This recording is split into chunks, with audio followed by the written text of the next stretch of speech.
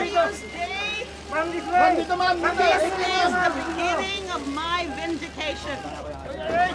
May I say this to my oppressors? You can never crucify the truth.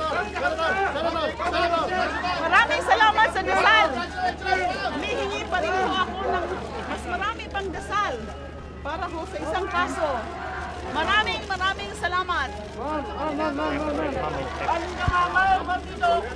Glorious day. Beginning of my vindication.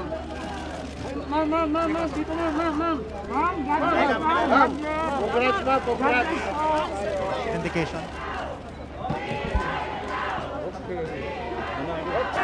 Free Leila now! Free Leila now! Free Leila now! Free Leila now!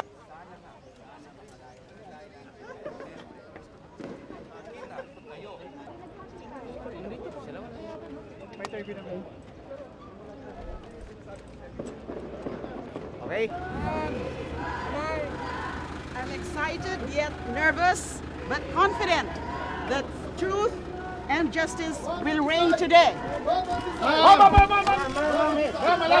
Palayain! Palayain! Leila de Lima! Free Leila de Lima! Palayain! Palayain! Free Leila now!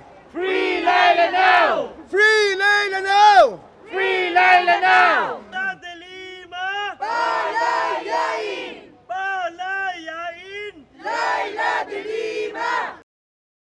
This has been too long, no? As sinasabi nga, justice delayed is justice denied. Ang tagal-tagal po, masyado pong tumagal yung kaso.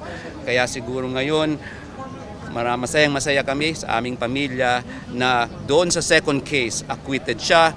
Doon sa first case, noong 2021, dismissed. Ngayon, third case po. Ito po ay hopefully magkaroon na rin po ng desisyon ang ating judge tungkol sa motion for bail ng aming kapatid dahil wala naman po talagang ebidensya.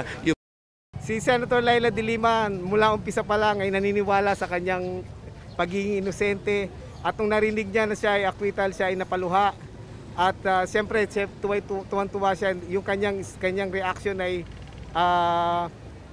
nagpapasalamat talaga siya sa hukuman, nagpapasalamat siya sa mga kababayan natin, nagpapasalamat siya sa inyong mga media na sinabi niya hindi siya pinabayaan at patuloy na sumama sa kanyang laban sa panggigipit.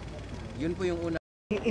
I think it gives a ray of hope and that word to everyone. In the end talaga, we have to keep on believing that justice will prevail, and we are so thankful that it was a strong woman that could withstand 6 years na hindi nagbago yung kanyang standing. So parang